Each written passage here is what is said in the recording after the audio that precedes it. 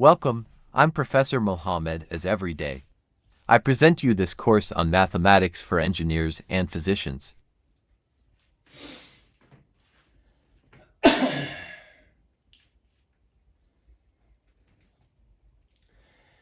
Messieurs, bonsoir. Aujourd'hui, comme c'était prévu, on va étudier une fonction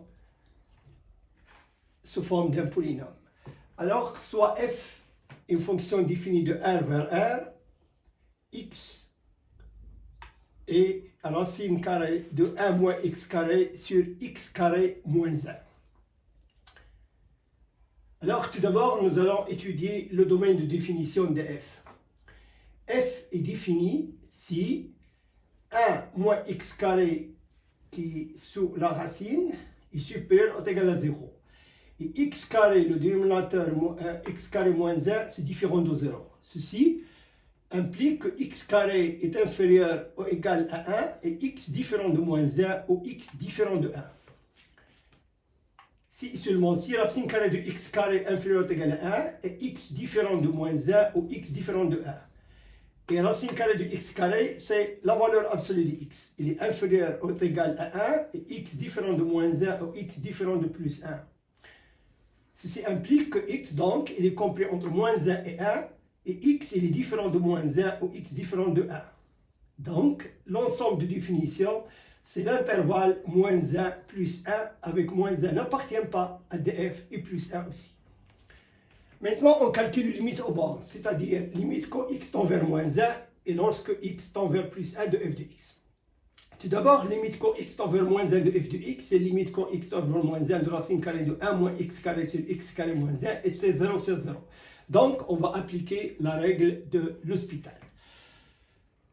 Limite quand x tend vers moins 1 de racine carrée de 1 moins x carré prime sur x carré moins 1 prime. Donc, égal à limite quand x tend vers moins 1, la dérivée de racine carrée de 1 moins x carré, c'est moins 2x sur 2 racine carrée de 1 moins x, multiplié par sur 2x.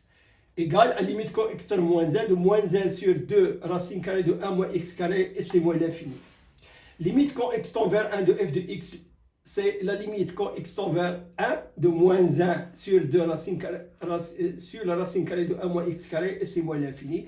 Donc, f admet deux asymptotes, x moins 1 et x est égal à plus 1. On calcule f' de x pour voir la croissance de f de x. Alors, f de x est égal à racine carrée de 1 moins x carré sur x carré moins 1. F de 0, c'est moins 1. Comme vous le constatez, on remplace x par 0. F' de x est égal donc à moins 2x sur 2 racine carrée de 1 moins x carré multiplié par x carré moins 1 sur x carré moins 1 au carré. Moins 2x racine carrée de 1 moins x carré sur x carré moins 1 au carré. Ça donne moins x facteur de x carré moins 1 moins 2x facteur de 1 moins x au carré sur racine carrée de 1 plus moins x carré facteur de x carré moins 1 au carré. F' de x, et finalement, il a cette structure x sur x carré moins 1 facteur de racine carrée de 1 moins x carré. F' de 0 est égal à 0. La fonction admet donc une tangente horizontale à la courbe y est égal à moins 1. C'est T0. Donc, nous avons T0 égale y est égal à f' de 0, facteur de x moins 0 plus f de 0, et c'est égal à moins 1. Donc, à ce point 0, moins 1, la courbe admet une tangente horizontale. Maintenant, on calcule limite quand x tend vers moins 1 de f' de x pour voir la croissance de cette fonction entre moins 1, 0 et 0 plus 1. Donc, limite quand x tend vers moins 1 de f' de x, c'est moins 1 sur 0 moins, et c'est donc plus l'infini. Et limite quand x tend vers 1 de f' de x, c'est plus 1 sur 0 moins, c'est moins l'infini.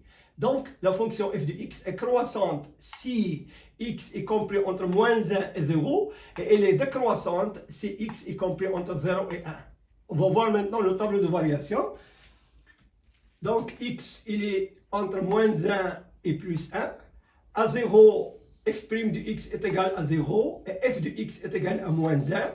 Et là, entre moins 1 et 0, la fonction, le f' de x est positif, donc la fonction est croissante. Et là, c'est négatif, donc décroissante. Quand x tend vers moins 1 de f de x, c'est moins l'infini. Et là, c'est aussi moins l'infini. Donc, de moins l'infini, il part vers 0, moins 1, et puis il descend vers moins l'infini. Maintenant, on va voir le tracé de la courbe CF. Donc, on trace tout d'abord les asymptotes. Nous avons ce repère, x, y, là. Et nous avons x est égal à 1 asymptote, passons par 1, et x est égal à moins 1 asymptote. Et là, je trace la tangente à la courbe, la tangente à 0, c'est d'équation y est égale à moins 1.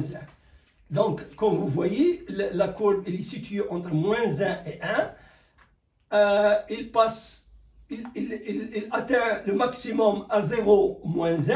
Là, il y a une tangente, et puis la courbe, il va vers moins l'infini quand x tend vers moins 1, et il va aussi vers moins l'infini quand x tend vers 1, comme on a calculé l'autre fois. Voilà, messieurs, j'ai terminé. J'espère que vous avez profité de ce cours. Merci, à très bientôt.